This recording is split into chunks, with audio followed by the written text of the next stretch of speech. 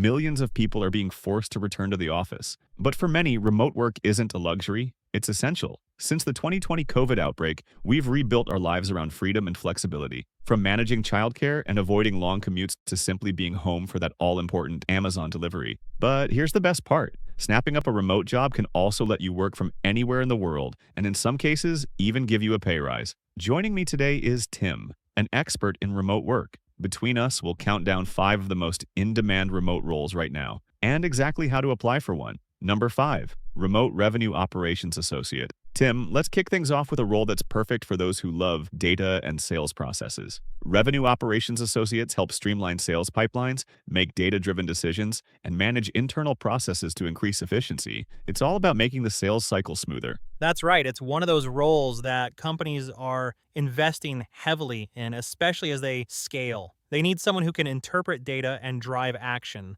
It's part data analysis, part sales coordination. The type of skills required are proficiency in Excel or Google Sheets, experience with CRM tools like HubSpot or Salesforce, and a mindset geared towards analytical thinking and communication. In terms of courses that you could apply for to give you the best chance of landing a remote revenue operations associate role, I suggest HubSpot Academy's Revenue Operations Strategy and LinkedIn Learning's Sales Operations courses. We can leave links in the description below. As for salary, we are looking at the $60,000 to $85,000 range. Sounds like a great role for someone who likes working with numbers. So, Tim, how can someone apply for this? Well, first, I recommend checking out specialized job boards like Rev Genius or Remote OK, using revenue operations as your search term. It's all about setting up job alerts so you don't miss anything. Then when you use your newfound course skills to reach the interview stage, make sure you highlight specific examples of how you've streamlined a process or improved efficiency in your past employment roles.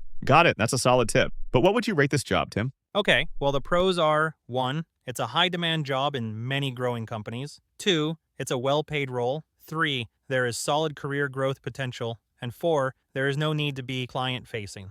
As for the cons, 1, there is a lot of spreadsheet work, and 2, you can often feel like you are caught between departments. Overall, I'm going to give Remote Revenue Operations Associate a score of 7 out of 10. It's a great entry into the tech and sales world, but it's not for everyone. If you're not into numbers, it can feel a bit dry. Number 4, Community Manager for Niche SaaS Tools. This one's for the people persons out there. A community manager for a SaaS tool manages online communities, whether it's on social media, forums, or platforms like Discord. You'll be engaging with users, building relationships, and providing feedback to the company on what users want. That's right. This role is all about engagement. You don't need to be a hardcore tech specialist, but you should know your way around social media, be able to moderate conversations, and create a sense of community. The types of skills you need are social media management, customer service, communication, and empathy. I would recommend Coursera's online community management courses and Meta Social Media Marketing Professional Certificate. The salary range for this one is $55,000 to $75,000.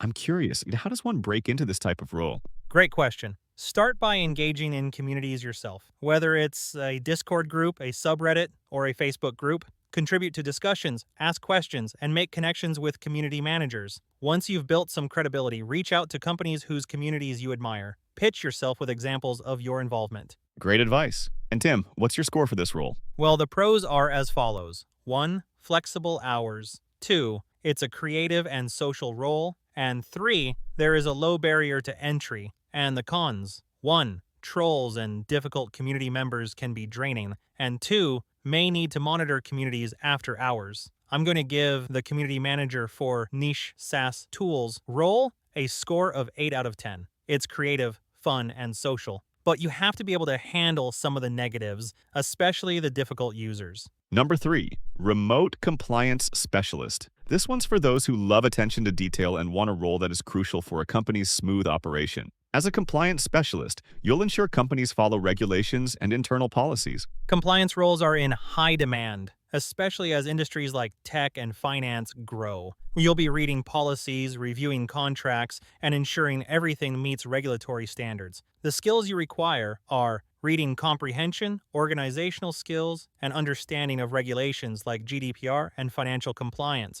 Recommended courses are Coursera's Compliance Catalog and Udemy's GDPR fundamentals. For a remote compliance specialist role, you can typically expect to earn between $65,000 and $90,000. How should someone get started with this role, Tim? You can look for junior compliance or risk analyst positions. Use job boards like LinkedIn or Indeed. Don't worry about needing a law degree. Just show you understand the regulations relevant to the industry and your ability to keep track of important details. Seems like a secure and steady career. What's your score, Tim? The pros are 1. It's a high demand position, especially in regulated industries. 2. It has a clear career progression. And 3. There is minimal client interaction. As for the cons, they are 1. The work can be repetitive. And 2. You may have to work with information-dense documentation. The remote compliance specialist role gets an 8.5 out of 10 from me. It's secure and well-paying, but it's not going to be everyone's cup of tea. The work can feel a bit dry at times. Next is number 2 in the countdown.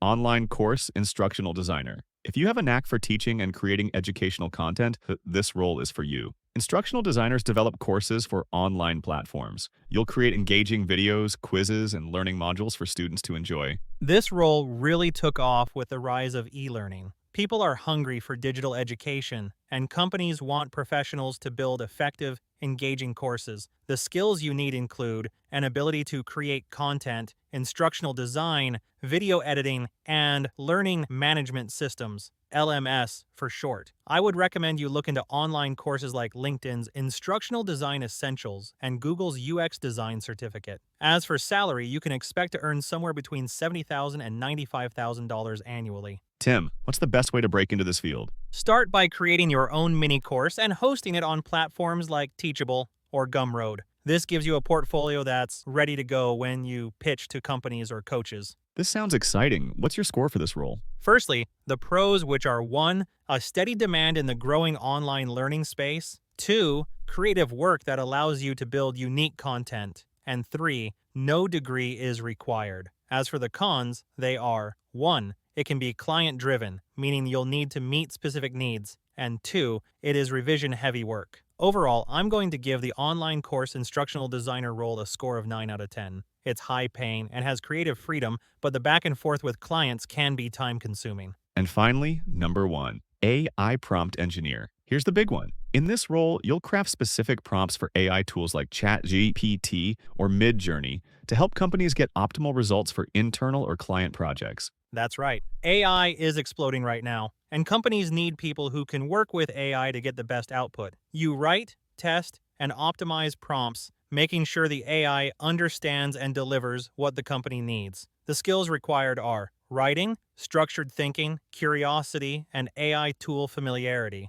Recommended learning includes the suite of courses on learnprompting.org and generative AI for everyone on deeplearning.ai. The salary range is often very high in this field and can go between $85,000 and $130,000 per annum. This sounds amazing, Tim. How do I even start applying for these roles? Sites like PromptBase, Contra, and even reaching out to startups working with AI are great places to start. Build a small portfolio of your best prompts to showcase how you save time or money. This is definitely my favorite of the bunch. What score would you give it? Okay, well, the pros include 1. High salary and high demand. 2. No coding skills required. And 3. Freelance and full-time roles are available to suit your needs. As for the cons, 1. It is a fast-paced learning environment, and 2. The industry is still a bit misunderstood by some employers. All in all, I'm giving AI prompt engineer a score of 9.5 out of 10.